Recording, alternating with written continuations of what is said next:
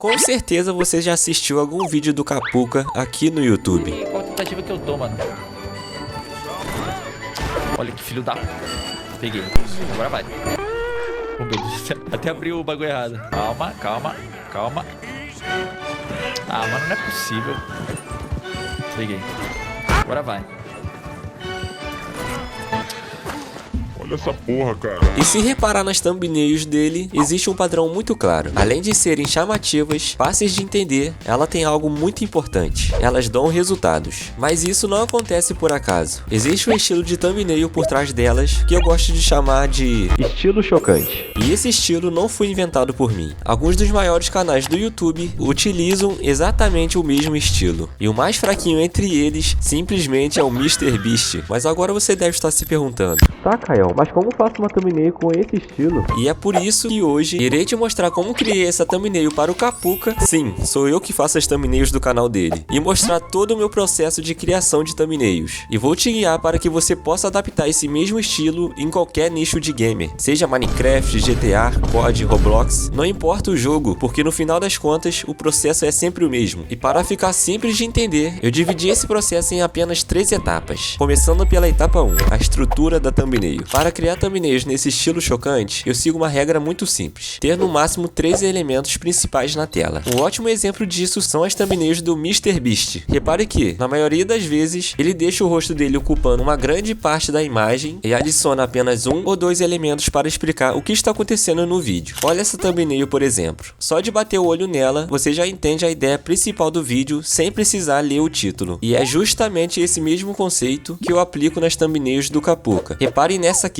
Com poucos elementos, eu consigo gerar curiosidade e explicar do que se trata o vídeo. E o título acaba sendo apenas para complementar a ideia, sacou? Mas agora vem a pergunta: como eu descubro exatamente o que vai entrar na thumbnail? E a resposta é que tudo começa muito antes de abrir qualquer programa. Sempre que eu vou fazer alguma thumbnail nesse estilo, eu faço um rascunho. Mas calma, você não precisa saber desenhar para fazer isso. O objetivo do rascunho não é criar uma obra de arte, é simplesmente organizar as ideias da sua thumbnail. Onde vai ficar o personagem? Qual vai ser o elemento principal? Para onde o personagem vai estar olhando? Qual é a história que você quer contar na sua thumbnail? Essa é a pergunta mais importante de se fazer. E tudo isso precisa estar definido no seu rascunho. E se você não tem a menor ideia do que fazer ainda, te recomendo procurar algumas referências de thumbnails do mesmo formato do seu vídeo, ou até mesmo de nichos diferentes. Assim você terá um leque de informações e irá colocar a sua criatividade para trabalhar. Se você tiver uma base do título do vídeo em mente, literalmente, você irá desenhar toda a ideia que você teve para a thumb, combinando claro com esse possível título. E tem mais uma coisa importante: não esqueça de orientar a IA. Isso mesmo, você precisa da IA para criar essas thumbnails cinematográficas. Mas calma, que essa parte é a mais tranquila. Com o esboço pronto, eu gosto de escrever no próprio rascunho os nomes dos elementos que quero incluir na minha thumbnail. Recomendo você escrever os elementos em inglês. Dessa forma, a IA entende melhor o que cada objeto representa e consegue seguir sua ideia com muito mais precisão. Nessa etapa exige bastante cuidado, porque quanto mais detalhes você fornecer, melhor será o resultado final. Depois que o rascunho estiver completo, é hora de transformar essa ideia em algo real. E para isso, você vai precisar de um prompt. O que eu faço é vir no ChatGPT, enviar o rascunho e as imagens que eu quero utilizar e pedir para ele criar um prompt baseado em tudo isso. E é aqui que os detalhes fazem toda a diferença. Com base no rascunho, você precisa explicar para a IA como o personagem deve aparecer, qual expressão ele deve ter, como deve ser a pose, o estilo visual, o cenário, a iluminação e principalmente quais características precisam ser preservadas para que ele continue parecendo o personagem original. Quanto mais específico você for, menor a chance da IA interpretar algo errado. E eu sei disso porque eu já cometi esse erro na prática. Inclusive, na thumbnail que estou usando de exemplo nesse vídeo. Eu não detalhei tão bem o rascunho e também não fui tão específico na hora de criar o prompt. Então esse foi o resultado. O urso ficou praticamente escondido no cenário, o Arthur estava tão escuro que mal dava para enxergar ele na imagem. Mas por sorte, o Capuca já tinha feito a boa. Ele já tinha gerado o ursão peludo exatamente do jeito que eu queria. E eu tinha gostado do jeito que a IA gerou o Arthur. Então eu peguei a versão do Arthur que a IA criou, peguei o ursão que o Capuca tinha gerado, organizei tudo no Photoshop, seguindo o rascunho que eu já tinha planejado, e cheguei nessa estrutura inicial da thumbnail.